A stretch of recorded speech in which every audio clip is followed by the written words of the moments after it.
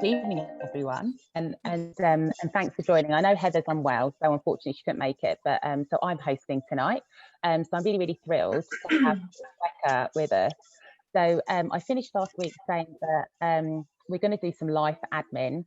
So whether we're talking about it with our clients or thinking about the things that we have been thinking about getting round to and never quite doing it. So I'm using this hour to kind of like help educate us and get us a bit more informed, hopefully spur us into action. And obviously for those of us who've got clients, then hopefully we can spur them into action as well. So Rebecca's an estate planner. I'm not going to steal her thunder because she's got an introduction to do, but I find this subject absolutely fascinating.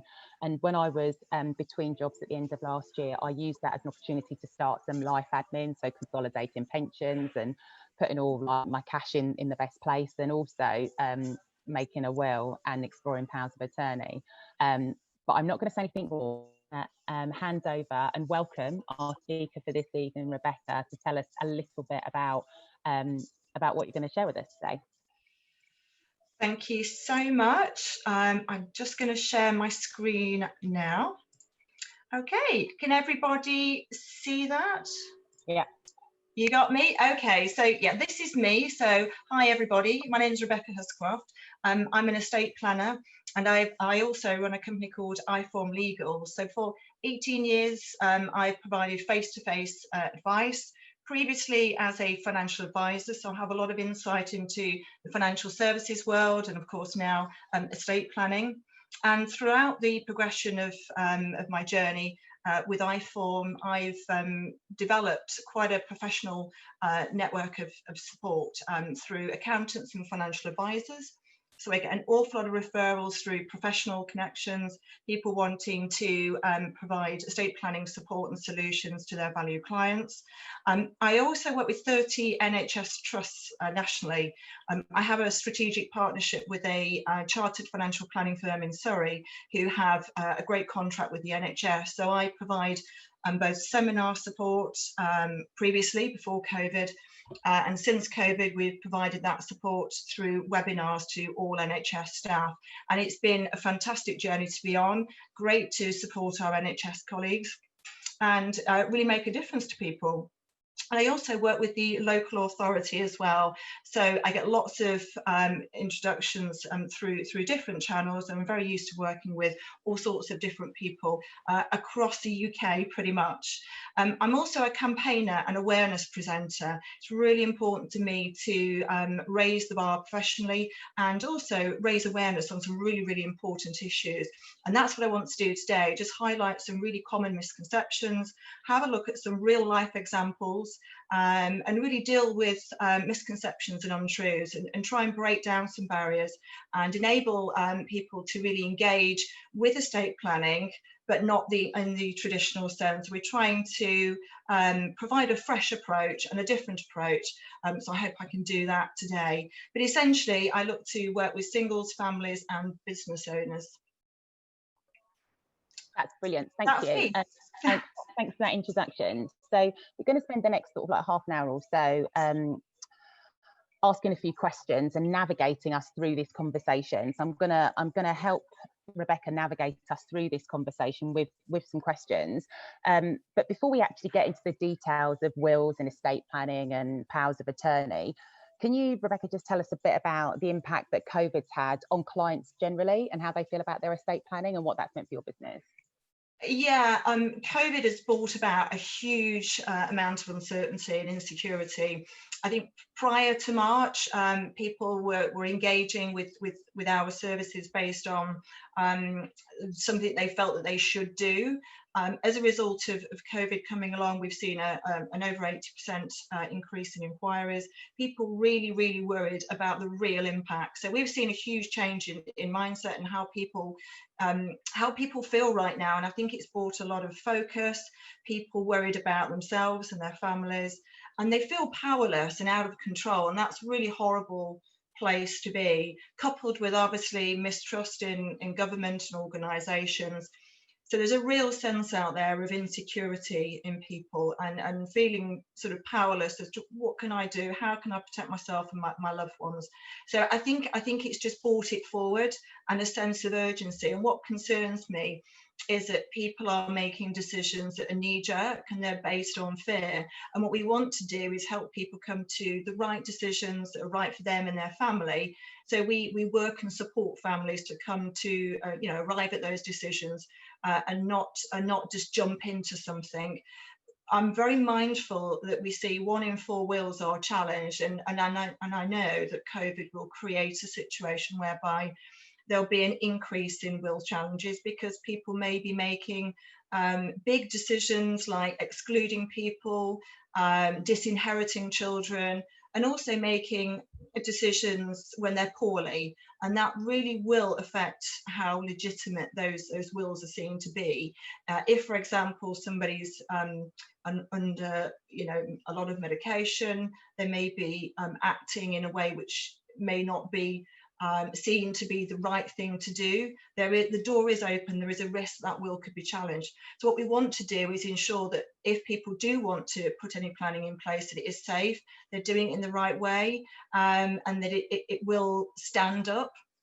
And I think, unfortunately, as time goes on, we will see a number of huge increase, actually, probably of people that have done things that may be done DIY attempts, as I like to call them. So they've just been on Google and they've tried to put things in place, and they feel there's a sticking plaster that they can put over something, but inadvertently they create additional problems. So I'm very mindful of a changed mindset, but equally decisions that are made now that are big decisions that have big impacts on families. And we know through the course of time that will challenges are seriously on the increase. So I think the need for protection and the need for advice is really, really great right now. People really are keen to talk about things maybe they weren't talking about before. And families, I think, are coming together and having the conversation they weren't previously. So difficult times, but a great need, I believe, to reach out and get information and be aware of what's out there, understand your personal situation, and improve, your financial resilience. And as the pandemic bites, I think we're going to see more and more people concerned about financial security, and estate planning is very much central to that, and it fits very, very well with financial services as well, as we'll see shortly. So the big thing that I took away from that was 1 in 4 wills are challenged. So that's pretty remarkable. Also, the second piece around people making wills at the end of their life when maybe they haven't had an opportunity to consider everything, but also I think the challenge around the wills being challenged because people haven't actually socialized the contents of their will, or the fact that they've made it with people. So I think that's really interesting. Wow. Okay, cool. So on to my next question then. So tell us, why do we need to think about estate planning? Why do we need to make a will? And I'm sure there's some real basic things that we can list off, but what we're missing, and I guess also to us that's, and why, if we really need to do it, why are we not doing it? Well, essentially, estate planning affects everybody, and what I really want to do is dispel some myths. I know we're going to move on and talk about that shortly, but there's a lot of misconceptions around what is estate planning, how does it work, how does it affect you. But estate planning does affect everybody, anyone that has children, anyone that has assets. It really is important. And what I will say is, it's not for me to tell people they need to do estate planning, but I think what's really important is if we get the education out there, the information, so that people can think about their own situation and how that would relate to what the risks are. Essentially, what we're doing here is risk mitigation. We're trying to educate people as to what are the potential risks, what can happen during your lifetime and beyond that could impact your family, so that they are in control about the decisions they make, the options and choices they have available to them. So it's all about empowerment and making sure that you are well informed enough to be making some good decisions. So just moving on, just to have I don't know if I'm jumping the gun here, Rose, but I just wanted to talk about how the two things fit together with financial services. Is that okay? Sorry, yeah, absolutely. Yeah, okay. Yeah, so in terms of what is estate planning and how that works with the bigger picture, I put this slide together just to highlight the core areas. So when we talk about the need for estate planning, these are the areas that we focus on in particular. So wills, trusts, lasting power of attorney, funeral plans and probate. But that's only part of the picture. And what we want to do is raise awareness within the wider community as to how those areas affect the bigger picture and the wider financial planning picture. So these are all the other areas that, say, financial services professionals would get involved in, and this kind of completes the wheel of life. So whilst we work alongside financial advisors, we have good relationships with financial advisors, there's no conflict and there's no overlap. So what we want to do is ensure that people that genuinely want to protect themselves, their loved ones and their businesses, they want to engage in what is estate planning. This is how we would typically work with say, a financial advisor, a wealth manager, or any other industry professional. It's really important to show that we don't have any conflict here. So we have really good working relationships with advisors who want to provide joined up advice. For example, having a power of attorney will have a big impact on investments, for example. Somebody that has a pension drawdown, somebody that has an equity release plan, discretionary managed portfolio, in those situations, if there is no power of attorney in place, that will affect the ongoing relationship. So it's about wider education here. So I know personally, having been a financial advisor, I was guilty of, sort of saying to a client, asking a client, do you have a will, do you have a power of attorney, and moving on from that. So what's really important is that the information is actually out there. And I think once people understand what estate planning is and how, it really is about lifetime planning. It's not about focusing on death.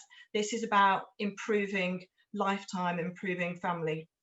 So I think once people understand the bigger picture and what is estate planning, they really get why it's important. Great, cool, thank you. Paul, I know you've got a question, you just popped one in the chat, and obviously that's just a reminder for anyone who's got any questions or comments, just pop them in the chat. Do you want to ask your question, Paul? Sure, yeah. Rebecca, I was really shocked about that 1 in 4 number you gave about wills being challenged. And I've always had this number of about 20% of people have wills. Is that still the sort of number that we work to, or is it a lot more now? It's about 40%, but we don't really know, of course. It's difficult to quantify, but I've always sort of worked on 30–40%. There are plenty of barriers and misconceptions, and we'll have a look at some of those shortly. People, I think, don't understand the term estate planning. What does the estate planning even mean? It sounds very grand, doesn't it? And a lot of people, I think, are put off, and they think, well, I haven't got much of an estate, I'm not rich, I don't have a complex situation. So I think there's a general apathy with a lot of people that just think, I don't need that, or I'll put it off until I retire, I'll push it down the line. So the life admin is absolutely right, and it's something that people genuinely do put off. They find it sometimes difficult maybe to think about. They're thinking about their own mortality. So lots of reasons, and really, it's not morbid. It's a great thing to do. It's great peace of mind. It's great reassurance. And it's something that you feel really relieved about once you've done it. I know, Rose, we've had this conversation. You've said very much that to me. Absolutely. I did my first will. I'm a good person because I've actually had 2 wills so far. But I did my first will after I bought my first property with my ex-partner and my ex-husband, who was my partner. I'm sharing here. Who was we were boyfriend and girlfriend at the time. And then we were recommended at that time to buy a will, to get a will, because obviously we had assets. So to your point, Rebecca, you've got assets, you should have a will. But that kind of brings me on to my next question, as we get into it a little bit more detail. So like I've said, the first times that people maybe think about buying a will is when they buy their first property. But if you're married or in a long-term relationship, people can typically opt for joint wills. So can you just tell us, when that may or may not be the best solution, about mirror wills and joint wills, and can you just talk to us a bit about that? Because if you're Yeah, married, it's the best solution, but not necessarily, right? Mirror wills are very traditional vehicles that people have used going back decades, and unfortunately there's a lot of misconceptions around what is a mirror will, and people generally come to me and they'll say, okay, I need a mirror will. So they'll tell me they need a mirror will, and when I ask why, they just say, well, that's what I think I need. So there's a general feeling that mirror wills are the solution. And previously, going back, I don't know, 10, 15 years, that's what everybody did. But life is no longer simple, as we know. So COVID's come along, it's created huge amounts of insecurity and uncertainty and focus. But it's also highlighted a lot of issues out there. People that have had mirror wills traditionally leave everything to spouse or partner, and they feel that is the right thing to do. But what happens in that situation is it passes over to the spouse, absolutely. But what happens then if their situation changes? So what it won't do then is provide any protection for the surviving spouse and any children. So we see people typically coming to us with very prescribed views as to what they think they need, what they think they should have. So a lot of what I do, I try and sort of strip all that back, and it's a blank piece of paper, and we sit down and we talk about, what does the estate look like? Who owns what? How is it set up? What does the family look like? So we'll draw a family tree, and then we'll explore what their wishes are. And 9 times out of 10, we will have a situation where we have the recommendation will not be a mirror will, because it will expose that family to those risks. So once we explain and educate that client as to what could happen, so we run some scenarios by them, typically they'll say, that is absolutely not what I want. So the tenancy in common, again, is another big area as well, and people think jointly owned property is the right thing. But if you own a property jointly, when one of the two pass away, just through the laws of survivorship, the property just passes on to the survivor, and it's at risk in the same way as well. So if the survivor then goes on to remarry, and then of course divorce, and a new will is created, it effectively could disinherit children. So a lot of the work that I do is around explaining different scenarios, putting different scenarios to clients, and explaining what can happen and the risks of divorce. Care fees is a really, really big one as well. We see a lot of people trying to plan around, how can I protect my assets from care? Huge misconceptions in that area. So we're breaking down a lot of untruths and a lot of misconceptions there. So I'm hoping that through the passage of time, we are challenging those traditional beliefs and those conventional attitudes of very stereotypical attitudes that we see, with a view that we are here to provide a different approach, but also one that's based on individual circumstances, because no two people are alike. So we have to treat people as individuals, and we have to really understand what's important to that client, rather than just saying, yeah, a mirror will do the job. I really feel that mirror wills are really doing a disservice to clients, and once we explain how a mirror will work, most clients will say, definitely don't, that's not what I want. Cool, thanks. And I know you've got some really cool examples and some scenarios. Are you? Yeah. Can you kind of like show us? Do you want me to do that now? Yeah. Okay. Is that all right? Of course it is. Okay, so a couple of scenarios here. This is based on sort of my experience and what we typically see. So in the event here, so we've got a second marriage and stepchildren. We call this blended family. I'm not sure if I like that term, but it seems to be out there a lot, and people are using it. But effectively, it's second marriage and stepchildren. So we've got two families coming together. How does that actually work with estate planning? So we've got two people here. Both have their own investments, both have children from previous relationships. So when they get together and they marry, they decide that in this situation here, they're going to maintain assets in their own name. So they're not going to pool all of their assets. They're going to keep things separate. They feel that's the right thing to do. And then further to advice, they're told to go off and get some mirror wills, which they do, and they feel that's the responsible thing to do. So when the first of the two unfortunately pass away, the mirror will stipulates that everything goes to the survivor. However, the surviving spouse doesn't actually get on with the stepchildren and then decides, well, actually, I'm going to write a new will, which they can do. So they go off and write that new will in favour of their own children. So what happens when the second death occurs?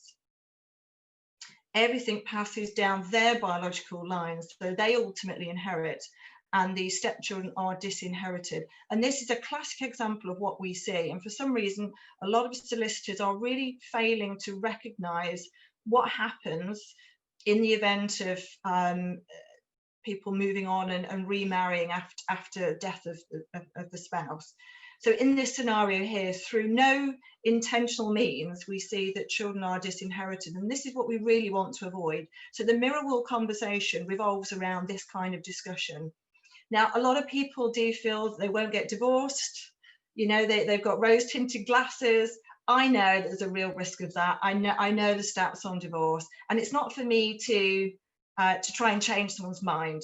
It's my job just to illustrate what can happen should that event occur. So we try and sort of bring in life triggers. When should you look at reviewing a will? When should you create a will?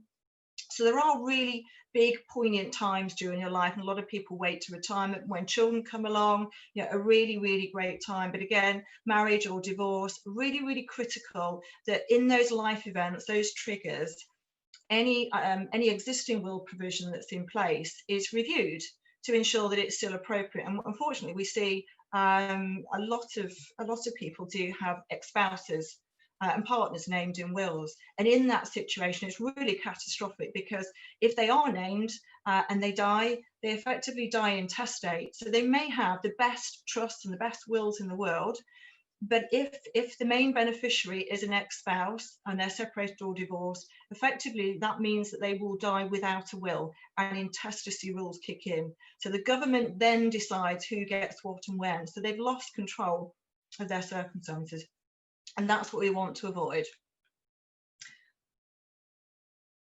So I don't know if you can see that little yellow thing spinning around there. So the issue here is how assets are owned and mirror wills. So another scenario, just to run through now. So we've got the same couple, but this time they decide to pool all of their investments together. So put it all into one pot. And what happens now? So they marry, and they create the mirror wills again. So they feel that's the right thing to do. So the mirror wills will say when one dies, everything to the survivor and then to children, and vice versa. That's effectively the premise of a mirror will. So again, on first death, we have the same scenario. All of the assets pass across. So whether they're individually owned or whether they are pulled together and owned jointly, the same scenario happens. So the mirror will direct all of those assets to the survivor. And the same situation, if there's any issues, any friction with the stepchildren, the surviving spouse or partner could, well within their rights to say, I'm just going to make a new will in favour of their own children.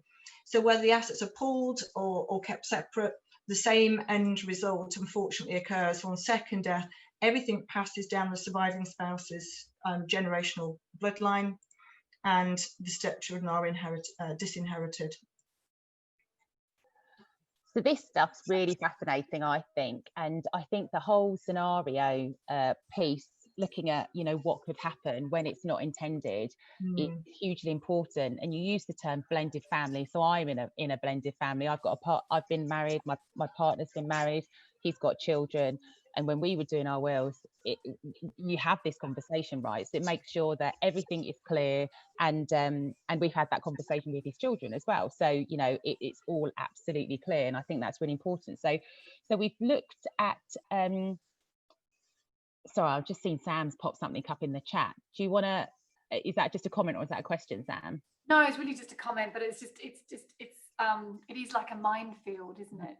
And Rebecca, it's just amazing what it's until you start to look into something like this. I mean, even without all the complications of blended families, but I mean, someone said to me something about like if two people die in a car accident, it's which one died first. It's like, what do you mean which one died first? But it's like it's suddenly it's like, oh my god. Yeah. Absolutely, and we can't plan for every eventuality, but one thing I will say is none of us know when we're going to die and how much we're going to leave, and that's half the battle of my job. It's trying to get people to really understand that people that say, oh, I'll put it off and I'll do it then, there are so many variables in life, aren't there? Life is not certain, and there's a lot of things that can happen to us. So for me, to provide that security, the time is now to do something. We're never going to second guess what's going to happen. We can't protect against all situations, but really good planning will guard against most situations. Yeah, I think that's the key, isn't it? And I think that, but for many people on the call that are financial advisors and have been in the wealth space, we know that you do retirement planning because you want to have an income in retirement. You do short, medium term savings. You put protection in place and all that kind of stuff. And then the whole point around creating this sense of financial resilience and putting those building blocks in place to make sure that while you're living, you maintain a good standard of life and you can facilitate what you want to, but then obviously you're leaving a legacy. But people just don't do that bit, and the amount of fighting that actually happens and the falling out that happens around death and estates and I was promised that and I should have that, I think a will would kind of like put that all to bed. So you talked about kind of like why mirror wills aren't always necessarily the right thing, and then I know when we talked earlier we said what other truths and myths are there around wills. So can you talk us through that a bit, please? Yeah, there are loads and loads here. I've just pulled up some of the ones which I feel are the most common that I come across. So the first one being that people think I don't need to do that because I've not got millions of pounds and I've not got a complicated family. They may be married and a couple of kids, and they may have £200,000 or £300,000 of an estate, and they feel that just doesn't warrant estate planning. So again, it's breaking down those barriers and explaining what can happen if there is nothing in place. So intestacy rules are really, really unpleasant. So going through what can happen if there is inadequate or out-of-date planning in place is a really, really big part of my job. And people leaving it to the 11th hour. I've sat on lots of hospital beds. I've been to care homes. It really is quite a traumatic experience for anybody who's on the receiving end of that, who's very, very poorly at any age. It's not a nice thing to go through if you're very ill and you're giving instruction for a will and you're at the end of your life. So we try and encourage people to do it as early as possible, really involving this as part of the wider financial planning process. So talking, about pensions and other forms of protection and savings, how that will overlap with estate planning. There is so much overlap and so much synergy, it's unreal. So once I think advisors understand that synergy, it's brilliant that I would say that my average age of clients has fallen from about 75 traditionally to about 55, 60 now. So it's coming down. What I would really like to see is that younger people do take it on board. And it doesn't need to be expensive as well. That is another misconception. It's going to cost thousands of pounds to put these really complicated plans into place. But actually, sometimes a really simple solution can do great things. A simple will can do the job, if it is right for that person. Nominating what happens with pension benefits, really important. Making sure the right trust is utilised if they have a protection policy. So we see some clients with really, really large sum assured and a single sum assured, let's say £1 million. What happens when that's paid out? Is it in the right trust? People think, a trust is a trust, and a trust really isn't a trust. So, working with people to identify what's right for them is really, really important. So the state won't provide protection. A lot of people think that the state will just kick in and, look after them, and absolutely not. So again, that's intestacy rules. We call it the free government will. So the government has a will for you, but it's what they want for your estate. It's not what you want. And then a lot around powers of attorney as well. I think that's a really, really big area of common misconceptions. So people think that next of kin, so spouse, partner or children, can automatically step in and take the reins if somebody loses capacity. So let's say, for example, someone suddenly has a heart attack or a stroke, they're poorly in hospital and they're not able to communicate, they lose mental capacity temporarily. It can cut off the family from the finances and create huge financial disruption. And we unfortunately see this all too often. And we've seen a lot of it during COVID as well, where people have been into hospital and they've not been able to manage their affairs, and there's been no planning in place. And it's just meant that the family have not been able to maintain those arrangements for their loved one. And they've been cut off, which has had a really big detrimental impact on their financial well-being. So the more people that can have a power of attorney, even if it's a general power of attorney. So I'm looking to roll out some training to a number of companies at the moment on the different types of power of attorney. There seems to be a lot of misunderstandings around what are the different types, how do they work, how do they protect you, how do they protect the provider, the advisor and the client as well. So it's a full rounded protection. And some of it's a temporary protection as well. It doesn't need to be a long-term solution. So it's having a knowledge of the different types and how they can work with families. We already have a will is a common one I do get quite a lot. So we're okay, we have a will. So we have a free will review service that we think provides a lot of peace of mind and reassurance. And what we'll do is we'll look at that in relation to existing tax laws and legislation, and of course how that then fits with their own situation. So having a will doesn't mean to say it's the right will. It's a good will, it's an up-to-date will. So life changes, people change, situations change. Adding someone to a property title, this is a really big one. So I do a lot of work with, say, the NHS, and this seems to be a common thing within the NHS, that people have second properties, either through inherited means or because they want to supplement pensions. So they may have one or more properties, or they've just put themselves onto the title of mum and dad's property with a view that they will save the property in the event of them needing care. What that actually means is that they own a second property. So we get a lot of people coming to us who say, somebody's mentioned something about capital gains tax. Have I got a tax bill if we sell this property?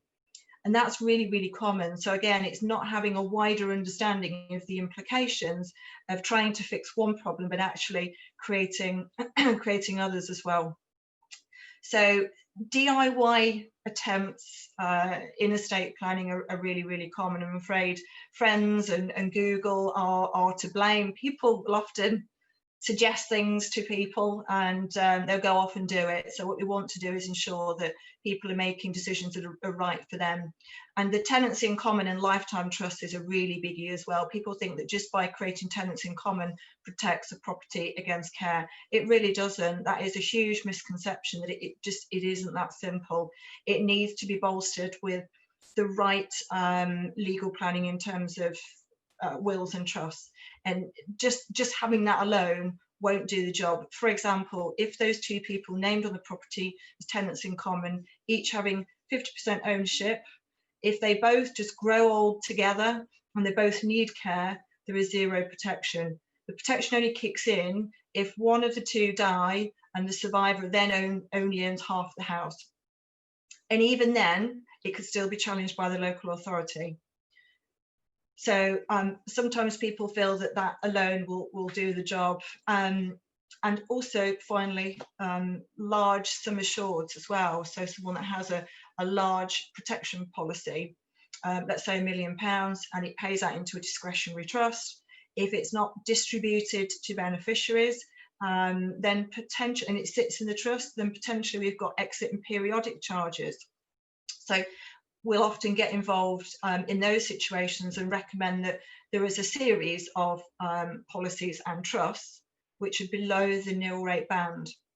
So there is a general misconception around once you put a policy in trust, it's tax free, but it actually might not be. You know, if it goes into a discretionary trust and the sum assured is greater than the sum assured, if it's loaned out, because the beneficiaries want protection, they're going to have some tax liabilities to pay.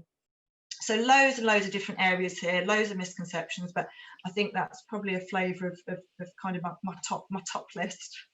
As you were talking about the trust and the tax, I was transported back to doing my AFPC taxation and trust something or another about how much, and sort of like had chills up my spine. So I'm going to ask you a question around what happens if you die without a will. But before then, I know Paul flicked up a question around, well, what's the answer to the case study? What do you think the answer to the case study should be, Paul? I've no idea. I feel like cutting my throat, actually. Got myself in a corner by the sound of it. I think, you know, I can certainly relate to the case study. So what kind of scenarios? I guess so I guess the result to the case study or the solution to the case study depends on who you are and your own personal circumstances. But kind of what could it be? I mean, when you see that, what's your go-to solution? Obviously, it needs to be personalised. But what would you say? Yeah, so the first thing that we would look at is creating tenancy in common. So changing the ownership of the main asset, which is the property, to tenancy in common. There are very few disadvantages with tenancy in common, but that alone doesn't do the job, as I previously said. So the first thing that we would do is sever the tenancy, so that if there are, as long as there are two people living there, each party owns 50% in the equity. It is possible to have tenancy in common, by the way, with if there's a mortgage secured against the property. So don't worry about that. But we'd also then look to create new wills that would include a trust within the will. So when one of the two pass away, rather than just passing over to the survivor, what we call absolutely, it would pass into the trust, and it would be protected for the benefit of the survivor. I have actually got a slide on this, and I did mean to put it in, but I thought I'm just going to end up with so many slides, I'll just get carried away into PowerPoint overload. But essentially, having a trust within a will trust, you may know it as a will trust. They are fantastic in providing security and protection for surviving spouse and children. And it will really protect both in the same way. So the surviving spouse then continues to live in the property. They can't be turfed out. They can buy a new, so they can sell the house and buy a new property without restriction. And this is where the trustees are really critical. So trustees would be surviving spouse and probably children.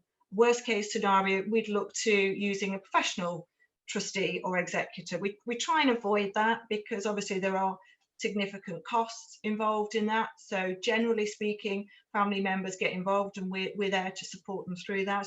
But the trustees then work with the surviving spouse, but they don't have authority over that surviving spouse. So the surviving spouse has complete control over the property and say, but if they moved on and met somebody else, that 50% is always secured for the benefit of the bloodline. Okay. And the survivor then, when they pass on, their 50% falls into the trust, and the beneficiaries have the benefit of lifetime trust protection, that they don't get the absolute distribution. So it doesn't pass on to them absolutely, i.e. a cheque that sits in their bank account. And if they then get divorced, if they needed care, if they had creditor issues or tax issues, those assets are ring-fenced and protected for 125 years. So that's why we'll always look to use a trust. So a mirror will or a basic will just pass things on absolutely. So it will provide clear instruction, which is fantastic. It says who's to benefit and when. So it's very clear, but it only, for me, goes halfway. If people are really worried about securing a legacy for children and grandchildren, the inclusion of a trust within a will is really, really important. It's a really important part of that planning. And I should say as well, business assets as well. So we work a lot with business owners, and there's a general misconception around business relief. So they feel that a business would qualify for business relief and therefore would never become taxable. But what happens if the business is passed on absolutely to beneficiaries, and the beneficiaries then sell that business? Business relief is lost, and they will pay tax on the business assets. So we do a lot of work around ensuring that rather than that scenario happening, that the business assets are bequeathed to beneficiaries and therefore fall into trust and secure and ensure that there's never a tax liability on business assets. And there's a lot of misconceptions again around how those business assets are passed on. So succession planning is a really, really big part of what I do. What we want to do is ensure that people don't pay unnecessary tax. And unfortunately, we see a lot of people when it's too late, they come to us and you know there's a problem. So we want to empower people before that point and show them what can happen. People really don't understand what can happen because you know they're not experts in estate planning. So you know that education is really, really important. But I have got, Paul, I have got a scenario with that solution on. I can get it over to you. And again, it's a moving example. So it just shows the severing of tenancy and then the how things drop into trust. So I can make any of those slides. I've got all of the slides and the content. For anyone that wants it, I can absolutely happily share it with you. Cool. That's great. Thank you. And I think that I think just as you were talking there, what's really interesting is you went from kind of like the personal, if you will, right into the business, is that that's becoming increasingly the case. We hear a lot about the rise of the gig economy. We have people that have got hobbies that turn into secondary jobs as well as their full-time job maybe. So I think it's really, really, then that's another layer of complexity, right? When you've got kind of like a regular job, a blended family, and then you've got maybe a business interest on the side as well that you're not doing as a sole trader, you're doing it maybe in partnership or as a limited company. So it all gets you can see the emerging need for advice even more so. So I really want to get to talk about powers of attorney, and I know that Amira put a comment in the chat as well, but before we do that, can you just quickly remind us about what happens if you die without a will? Okay, so if you die without a will, the government has a will for you, and we call it intestacy. So just because you're married, just because you have children, doesn't mean say that automatically they will receive the money in the quantities that you leave. So the intestacy rules kick in, whereby there are thresholds and that amount passing down the generational line. So your spouse may not receive all of your estate. So if there are other relatives out there, so children, parents, aunts and uncles, there is a huge list of different people that in theory could benefit ahead. And the big one here, I would say, is unmarried partners. Unfortunately, people have a misconception that they will automatically inherit. If you're not married, there are other people before you in the queue. So if there are parents and children alive, in theory, the partner could be completely disinherited. And that is a real problem for a lot of people. And it's one that we commonly come across. So anyone that's unmarried, that has assets, or in a relationship, they're married, they've got assets together, really important that they have a will that recognises each other and what should happen in that situation. Also, children as well. You know, if you die without a will, there's no legal guardians appointed. That is really, really awful situation that we typically see people in. There's no one appointed, and parents and siblings won't automatically be given the rights of legal guardianship. So again, it's losing control. It's not having someone there to step in and look after loved ones if something happens to you. But also business owners, as I've just mentioned, if there's nothing in place, there's no agreements there, what happens to their shares? What's going to happen with the family members? Who's going to buy out who? If you're divorced or separated and no will, again, the law will step in and will not protect you in that situation. So it's very, very specific. Intestacy is very, very specific to certain classifications of people, and it's really old-fashioned. It hasn't changed in decades. It doesn't recognise modern life. It doesn't recognise blended families. So it creates a situation whereby loved ones will fall out, unnecessary legal fees and lengthy battles. They're going to have to go through the courts and try and claim what's theirs. So we see a huge amount of distress of people in that situation that haven't been recognised, and unfortunately, the state won't protect people in that situation. So not having a will is really catastrophic. Yeah. Okay, cool. Thank you. Thanks for that. And now I want to get on to powers of attorney. And I know that Amira put into the chat something around her own personal experience with family members around powers of attorney. We hear more and more about powers of attorney, and I think that in our heads, or certainly in my head, it used to be the case that this is just for old people, end of life, people that have lost capacity. But can you tell us a bit more about, you know, what they are and who they're there to serve, and maybe some examples? Yeah, so power of attorney is something I'm really passionate about, and I often talk about with clients in great detail, because there's a lot of misconceptions again around this particular area. So it comes in two parts. This is a lasting power of attorney. So since 2007, the enduring went, and it was replaced with lasting powers of attorney. Comes in two parts. Both do very, very different things, but for me personally, both equally important. So property and financial does just that. So it covers anything to do with property buying and selling, and anything financial, so paying bills, insurances, direct debit, standing orders, dealing with utilities, dealing with benefits, dealing with investments and pensions, anything that you are connected to financially. It will allow you to appoint your attorneys to step in excuse me, and take control if you can't. So we talk about mental capacity.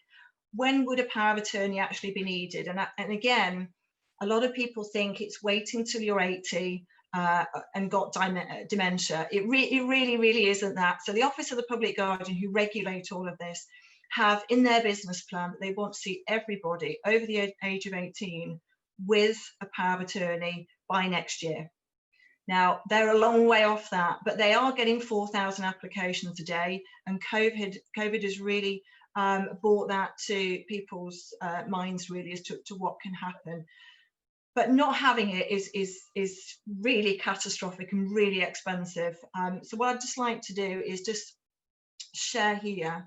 This is a really busy slide, so bear with. I hope it doesn't give anyone a migraine, but essentially what we've got on the right here, if everyone can see the little flow chart down the right hand side. So arranging a power of attorney is a relatively simple process. The documents itself, it's really important that you get them right. If they're put together incorrectly, it can be just as bad as not having a power of attorney. So key areas there would be a suitability of attorneys. So what is a suitable attorney? What do they look like? So we'll explore that with a client. Putting the wrong person in that position can have huge implications for the donor. For example, fraud. Fraud is a really big thing. It's a really big risk, and people that appoint the wrong people effectively are giving them free rein and access to their bank accounts. So if they're not trustworthy, if they have got financial difficulties, if they're not good with money themselves, how are they going to look after your best interest? And that's what this is all about. It's acting in the best interest of the donor. So what is right for them and not for the attorney. On the health and welfare side, completely different, but it allows attorneys to step in when somebody loses capacity. So if, for example, they had a heart attack, a stroke, a car accident, surgery that may have had complications, in that situation, the donor can't communicate their own wishes. Their attorneys can step in and deal with really big life and death decisions, such as life support. Ordinarily, those decisions would be left with the doctors, and it would freeze out the family, and it would not allow the family to have the final say. So anyone that really wants to keep control, this isn't about losing control, it's about maintaining control over your financial affairs and healthcare decisions. Having a power of attorney is really essential. So there are just a few steps actually on the right hand side, just a handful of steps that are involved in setting up a power of attorney. And once it's done, you can forget about it, keep it nice and safe. And I guarantee at some point in the future, it will be needed, even if it is just because logistically it's more practical. We typically see people that maybe don't want to go online and do things online. and it's easier for kids to get involved. And in that situation, it just allows and protects the kids to be able to do that. On the left-hand side here, this really busy chart is what happens if there is no power of attorney. There's a reason it looks so awful. It's just to highlight the point. So 25 steps that would need to be taken by next of kin. So in this situation here, John, he unfortunately has a heart attack. He's got one child, Sam. Sam then will have to step up and in order to take over his father's financial affairs, he's got to go to the Court of Protection for deputy order. And it's a really invasive process. There's no guarantee at the end of it that the court will award Sam authority to do that, and could potentially appoint a local solicitor. So at great expense, in this scenario here, over £3,000, plus about 9 months to get this thing in place. And in that time, John's financial affairs are seriously disrupted, and Sam has no legal authority to intervene. So the cost is really big here, but it's not just the financial cost, it's the emotional cost as well. So we don't want to see anyone in that situation. And the really ugly bubble chart in the middle is just to highlight some of the things that you can do with a power of attorney. So some practical real life examples of how a power of attorney can help and improve someone's financial well-being. Thanks for that, Rebecca. And I think what's really important is that whole loss of capacity, and you don't know what age you are going to be when that happens for whatever reason, but also the convenience. And I remember when people were getting trapped and stranded in different countries, when they were trying to get home for the COVID lockdown, or the first example I heard was someone saying that when TUI got cancelled and people were stranded overseas, if you've got a power of attorney, you can just, for the people back at home, you say, can you just sort all my bank stuff out? Can you just do that? Can you pay that bill? I haven't got access to online, and all that kind of stuff. So it's just real convenience as well. I suppose my challenge around that is, you know, and I guess others, is around brokering that conversation with parents. Yeah, I've started to have that conversation with my parents, and of course they think I want their money, where I say I've got my own money actually, but I just don't want to have to go through all of those steps on the left hand side, because they haven't bothered to do that or had that conversation. But do you know what, we've had my sister and I have had a couple of conversations with our parents, and they're open to this now, because actually it's not about I said it's not about you, sweetheart, it's about us. You know, we have to do all this stuff.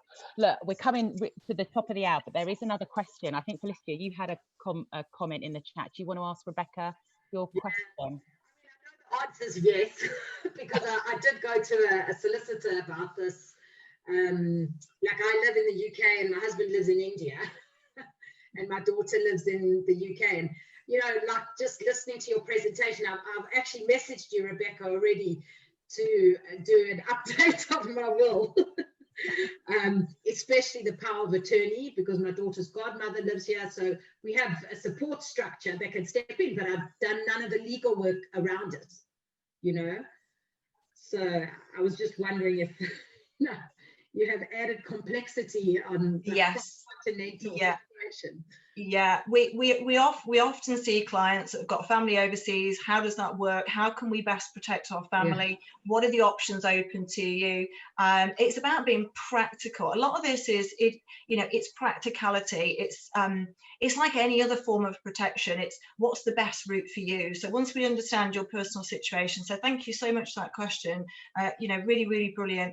It's about understanding what your requirements are, how your family, what your family tree actually looks like, where people live. Is it practical to have those people appointed, and coming up with something which is right for you. So it really is bespoke. There is not one size fits all, but it's having the knowledge of what is the legal framework, what can be done legally, and what are your options. Be delighted to help you with options, and thank you for your question. Brilliant, thank you. So I think we're there. Thank you so much, Rebecca, for taking us through that. I know that there's a lot of information, and we had a couple of calls to decide what we wanted to put in there, what we wanted to, what we thought we could leave out. We wanted to hit wills, we wanted to bust some myths, we wanted to talk about what happens if we wanted to run some scenarios and bring it to life. We wanted to say what happens if you don't take care of your will, and also the important conversation around powers of attorney. because that just like so important. So thank you for going through that with us. I think that it's like a bit of an onion, isn't it? You just peel the layers back and you can understand how complex it is. There's no silver bullet, and every individual is unique and and needs their own advice. So if it's okay with you, Rebecca, are you okay for me to share the slides with the people on the call? Yeah, I think what I'll do is I've got a couple of other scenarios, like the solution. So I'm just going back to Paul's point about what would the solution be. So just, you know, not to have sort of death by PowerPoint, but I think there could be some more content I could put in there. So if I just update that, Rose, and get it over to you, and then happily share it with everybody. Okay, that's great. Yeah, you send me that deck and I'll circulate that. I think it is just one of those things that we do put off and we continue to put off, and there's a need to review at some point. So I just thought I would take advantage of my turn to host and to kind of like the stuff that we do for our clients around advice and nudging them to do the things that they know they need to do. I thought I'd create an opportunity for us to take care of some of our own life admin and just to reflect. And if, you know, sometimes you have to tell them again, and this might be the opportunity that one or two of us think, do you know what, I'm going to step into that. Equally, people that are advisors, you might think, do you know what, I could have a partnership opportunity here, or, you know, this could be something that this could add value to my own business. So you'll have Rebecca's details anyway, but I think I'll just end it there and say thank you once again for giving up an hour of your evening and joining us to get a little bit of education, and have a great evening, and see you all next week.